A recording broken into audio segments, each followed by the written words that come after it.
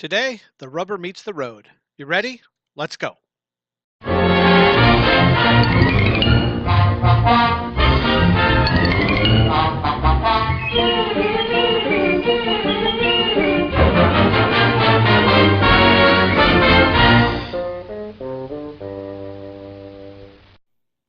Now let me see.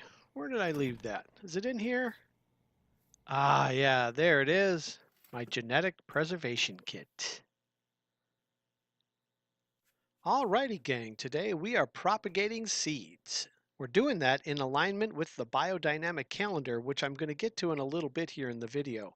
Now, I suspect that many of you know this method very well. I, however, only keep these seeds in the paper towel for a 24-hour period.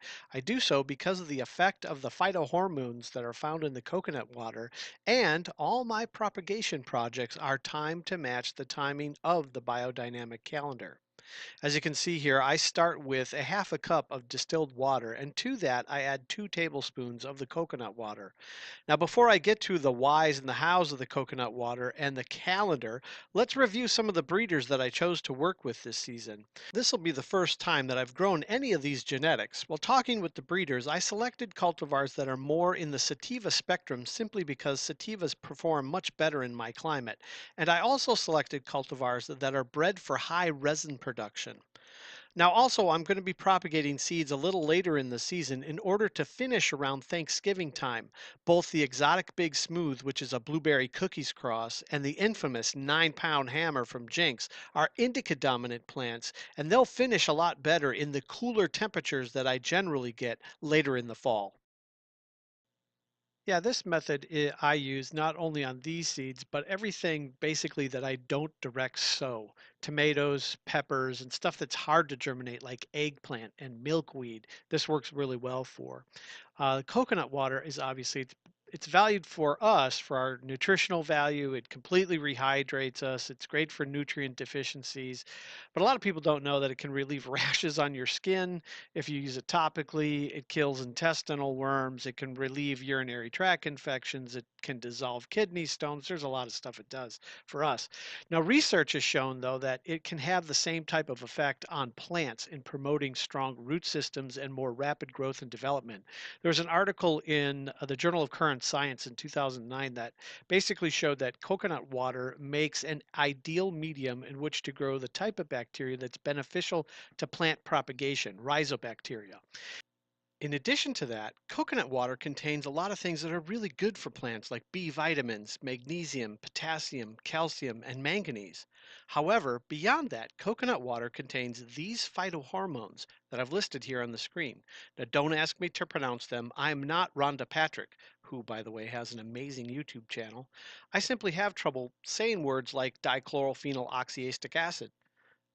At any rate, these phytohormones do give the seed an initial boost during the germination phase. This leads to faster germination and a greater immediate plant vigor. At the end of the day, what that means is right out of the gate, you are helping the plant to increase the quality of your yield. Once I have the seeds tucked in the baggies here, I drop a 10-20 tray on the heat pad, I dome it, I cover it with a towel to keep the light out, and then I come back to it in 24 hours.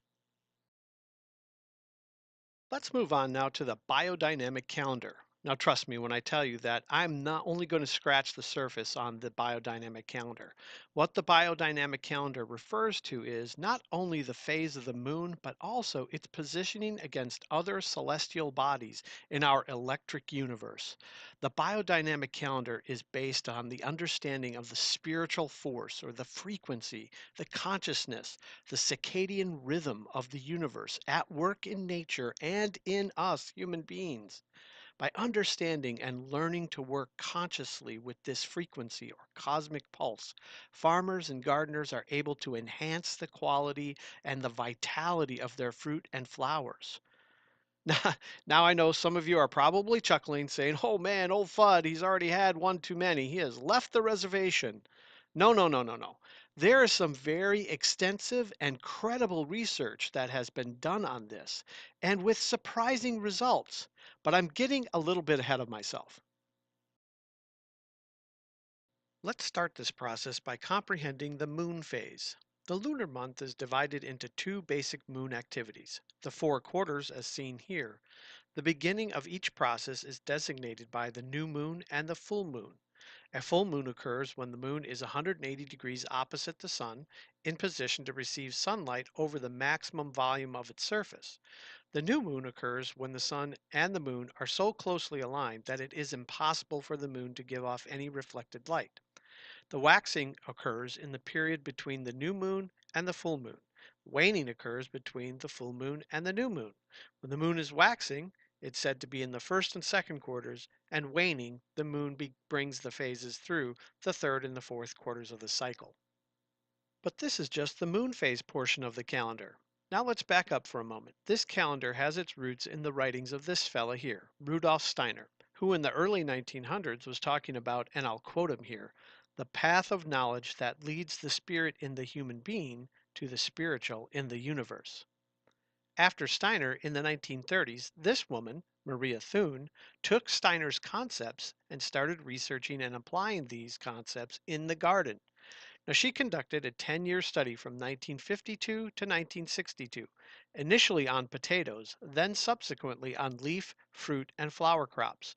Her results were astonishing.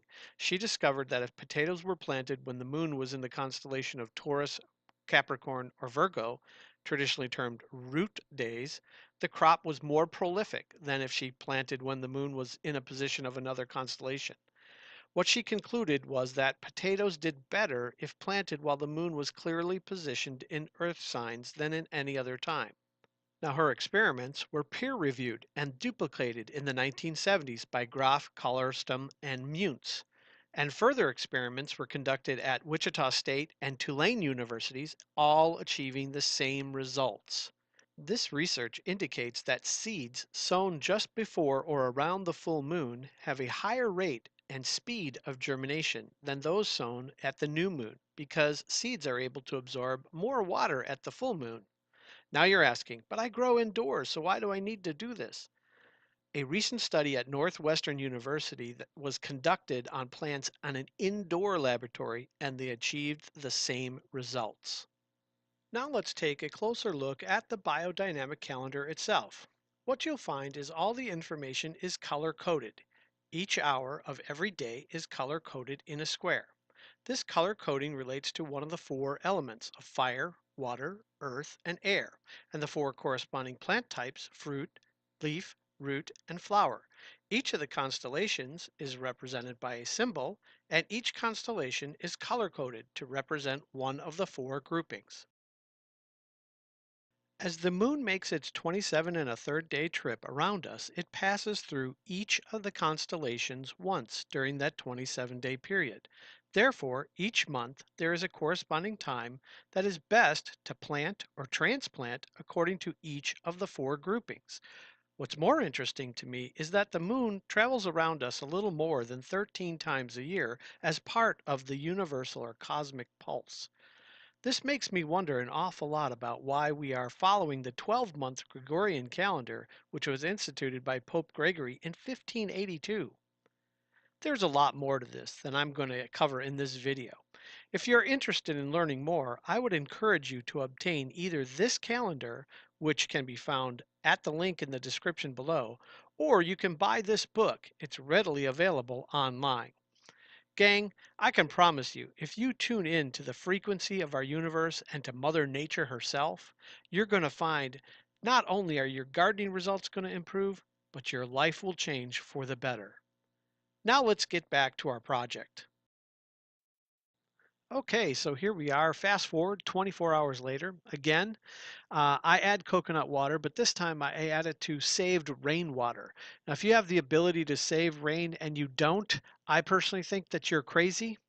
At least just stick a bucket out there when it rains, collect it, make sure you cover it afterwards so you don't have a mosquito problem. Now, I know there could be some seriously bad crap that's found in rainwater, which is due to a lot of different factors, which includes chemtrails. There's your red pill for today. Yes, peeps, chemtrails are not conspiracy theory, they are conspiracy fact, but I'm digressing.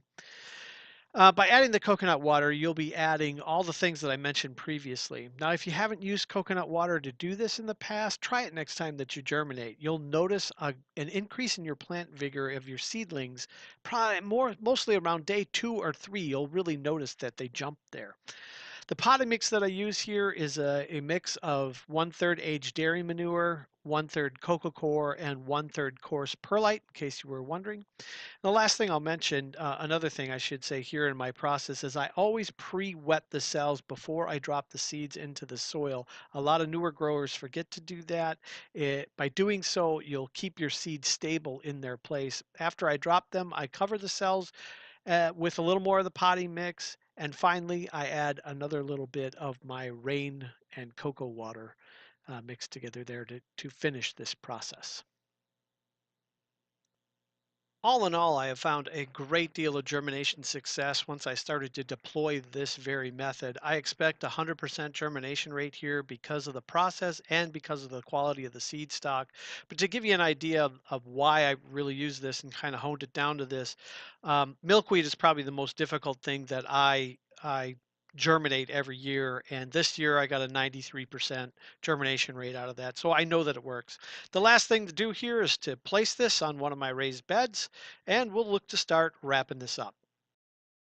Yeah, let's do so with a little Growers Love shoutouts to the 3 breeders I chose this season.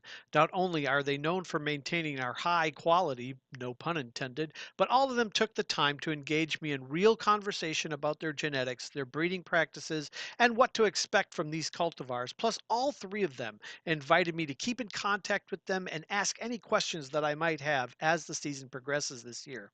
Also, I want to thank the crew from Dude Grows for all your initial support of this effort. I promise it's going to get a lot more interesting, to me at least, as we continue onward. My buddy Junior Brown from Austin, Texas, is taking us through the credits with his cover of an all-time fave, Pipeline. Thanks, everyone. We'll see you on our next video.